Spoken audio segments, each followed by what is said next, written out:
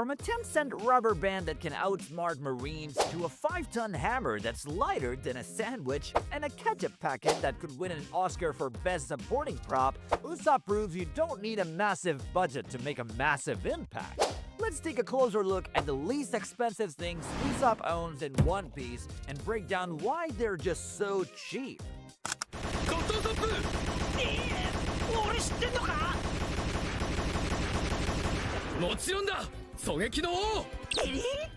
Number 5. The Rubber Band of Doom is one of those things that sounds like a joke, because it is, but somehow it still manages to get results. Imagine you're a fearsome pirate or a heavily armed marine, ready to face down anything the Grand Line throws at you. Then Usopp steps up, looks you dead in the eye, and pulls out a rubber band. Not a weapon disguised as a rubber band. Not a rubber band with magical properties. Just a regular, everyday rubber band. And the best part, it works. Not because it's powerful or dangerous, spoiler it's not, but because it messes with your head. You start thinking, wait, is this some secret weapon? Is it cursed? Am I about to be humiliated in ways I can't even imagine? And before you know it, you're wondering what's next while Usopp is grinning like he just outsmarted a sea king. Here's the kicker. At about 10 cents per band, it's dirt cheap. We're talking pocket change levels of affordable. For the cost of a single cannonball, you could buy enough rubber bands to take on a small fleet. Or at least confuse the hell out of one. Usopp's entire battle strategy here is proof that you don't need a huge budget to make a big impact. Sometimes, all it takes is a bit of bravado, some quick thinking, and the ability to bluff like your life depends on it. Because, well, it often does.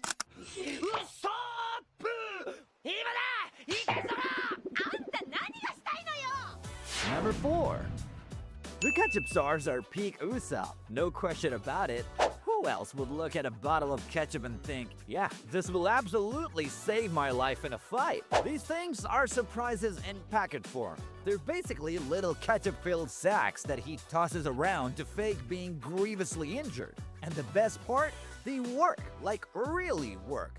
Enemies stop dead in their tracks, thinking they just turned Usopp into a red splattered mess, only for him to pop back up completely fine, probably laughing his nose off. What makes it even better is that this is Usopp in his purest form. He's not trying to outmuscle anyone or show off some overpowered weapon.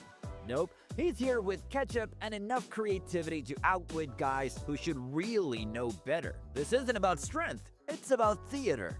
And let's talk about cost. The whole setup probably runs him like $2 to $5. That's including the ketchup, which is dirt cheap unless he's splurging on some gourmet tomato concoction and whatever he uses to make the packets.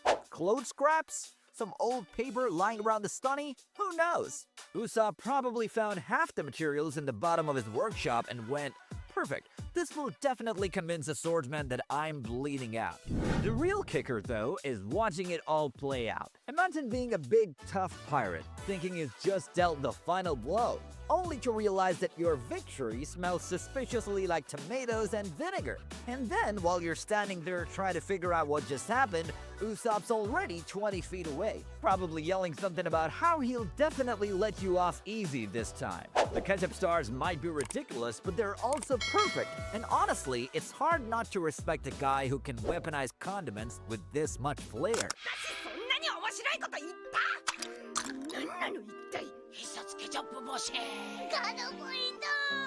Number 3. Let's dive into the absolute legend that is Usopp's 5-ton hammer.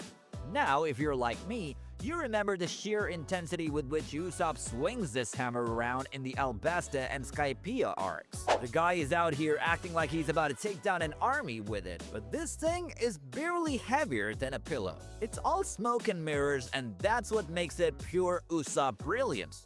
First of all, Usopp walks into a battlefield and bam! There it is, this massive, intimidating weapon. It's bigger than him. It's swinging like it's got the power of a wrecking ball, and the enemies are shaking in their boots. However, it's literally just a balloon, or a stick, or some lightweight materials that Usopp slapped together with some cloth and paint. There's nothing here that could even remotely qualify as dangerous unless you're afraid of getting a nasty paper cut. But in Usopp's hands, it's a weapon of pure fear. The fact that this hammer is just a bunch of basic material thrown together in the most spectacular way is honestly what makes it one of my favorite Usopp moments. We're talking wood, maybe some cardboard, a balloon for the weight, and then a whole lot of cloth or paper mache to make it look heavy. The man's out here convincing everyone he's got a 5-ton weapon, and all it took was a few bucks and a lot of creativity. It doesn't need fancy gadgets or devil fruit powers, he just needs a little bit of rope, some air, and enough swagger to make anyone believe he could crush them with a balloon. Now, if you're wondering how much it costs to create this work of art, it's not even close to the ridiculous prices you'd expect for something that looks so powerful. A solid $15 to $25 will get you all the materials you need, depending on how detailed you want your paint job to be. And that's it. That's all it takes to create a weapon that has the potential to make grown men second-guess their life choices. Just imagine the look on an enemy's face when Usopp swings that thing and they think it's about to end their world, only for it to be lighter than a feather. At the end of the day, it's not about how much force this hammer can deliver. It's about Usopp's ability to sell the idea that this balloon is the most dangerous thing in the world. And that, my friends, is what makes it so freaking legendary. The man can weaponize anything.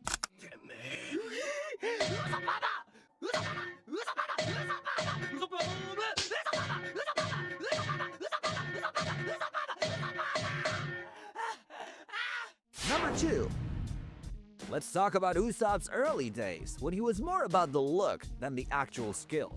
One of his most iconic accessories was his pair of goggles. But here's the thing, they weren't exactly the precision sniper gear you'd expect from a sharpshooter.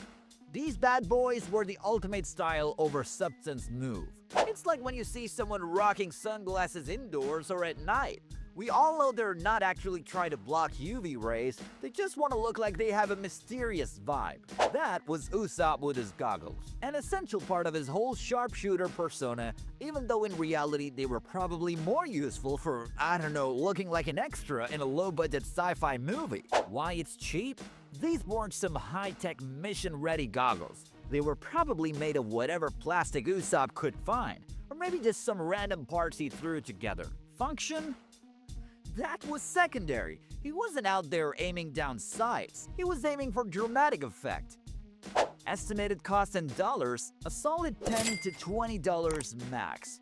These were not the kind of goggles you'd get from a fancy sniper supply store, more like the stuff you'd find in the clearance section of a costume shop. A cheap pair of cosplay goggles or something that screamed, "I'm just here for the aesthetic, not the actual work."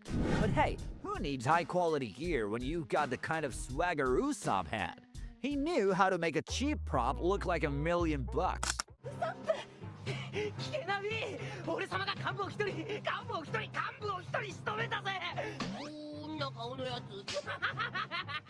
Number 1.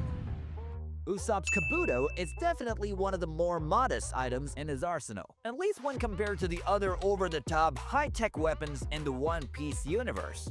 I mean, it's not exactly made from rare metals or forged in some mystical black myth secret cave. If anything, it's a beautiful example of Usopp's ingenuity, taking simple materials and making them into something truly extraordinary.